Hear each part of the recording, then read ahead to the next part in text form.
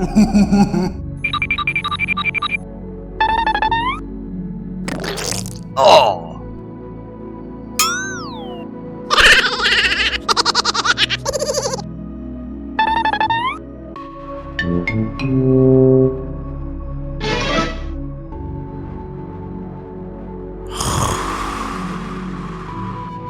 Yeah, you.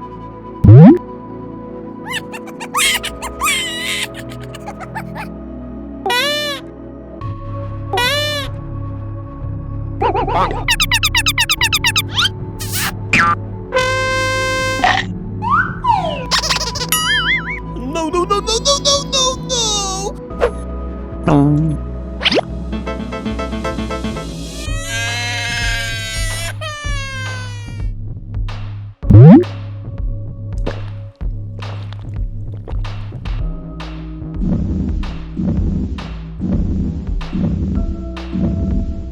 Oh no!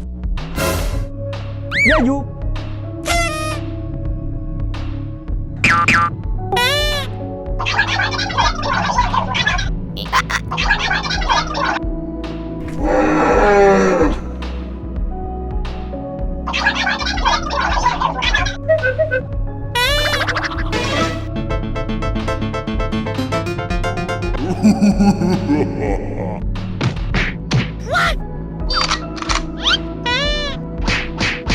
Oh no!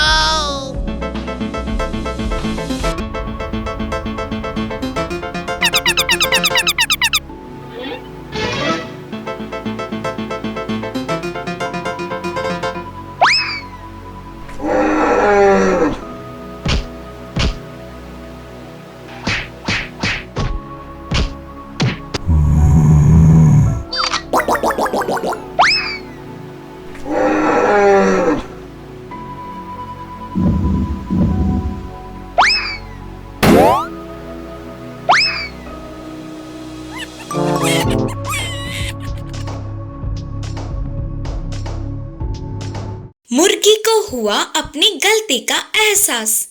एक गांव में एक किसान रहता था। उस किसान के पास एक मुर्गी और एक कुत्ता थे।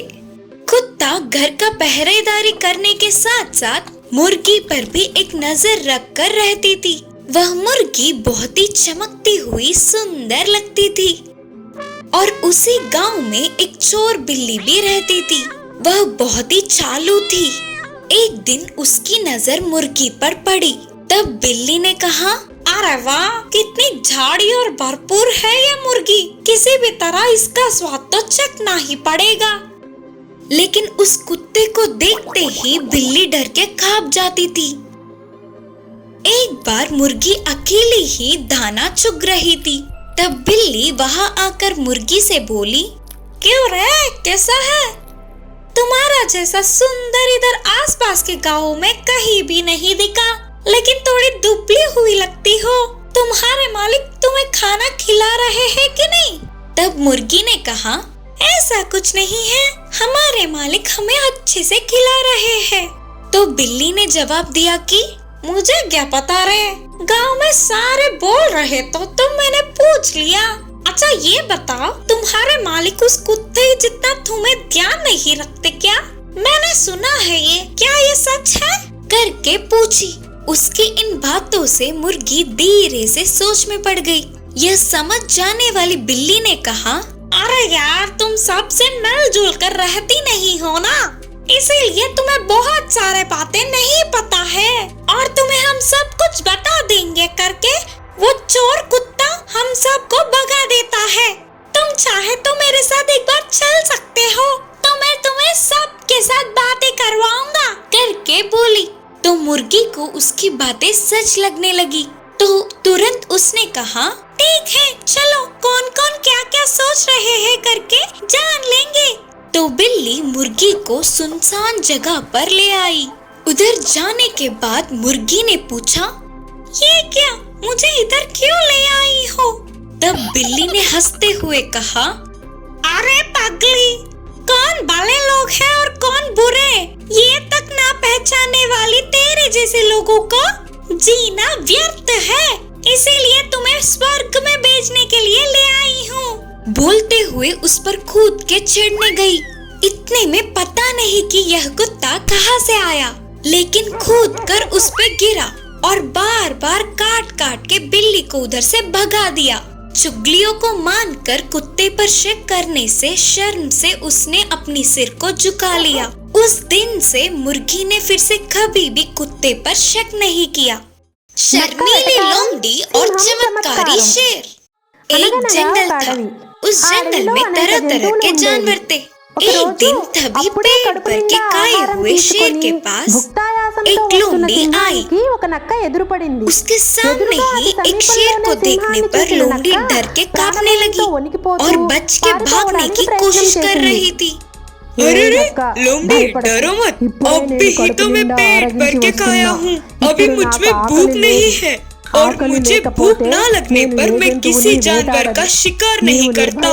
तुम मुझसे बिना डरे कुछ देर बात कर सकती हो। करके बोलते हुए पेड़ के नीचे आराम से बैठकर उसके बाजू में ही लोमड़ी से बैठने को कहा। तब लोमड़ी चैन की सांस लेकर शेर के बाजू में बैठ के बातें करने का मौका मिला। करके वह बहुत खुश हुई। कुछ देर बाद वे दोनों अलग अलग रास्ते चले गए। कुछ दिनों के बाद फिर से वे दोनों एक दूसरे से मिले। तब लोमड़ी मन में सोच रही थी कि उस दिन तो मैं किसी भी तरह बच गई, आज मुझे शेर मार ही देगा।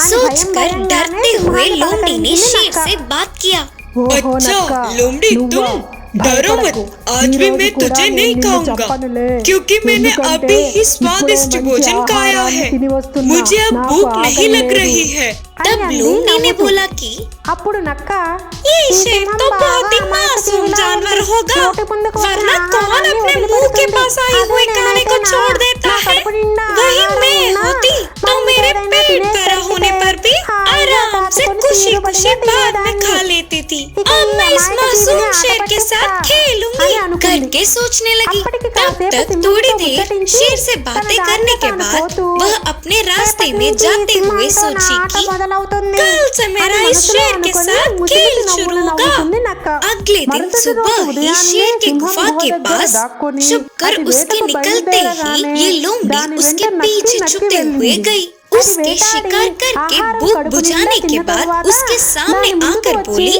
महाराज जी कैसे हो? बोलकर थोड़े नखरे दिखाते हुए हंसकर पूछी लोमड़ी। मुझे देखते ही डर के कांपने वाली लोमड़ी आज तो हंसते हुए बात कर रही है, वो भी मुझसे। ऊपर से उसकी हंसी में कुछ तो नाटक लग रहा है। अरे लोमड़ी, आज भी तेरा भाग्य अच्छा है, अभी भी मुझे भूख नहीं है और वो तुम्हारे लिए खतरे की बात नहीं है। आ जा, इधर आकर कुछ विचार बता। तब लोमड़ी थोड़ी सी चोट लेते हुए बोली, हर बार मैं ही क्यों बताऊं? इस बार आप भी कुछ न कुछ बताइए।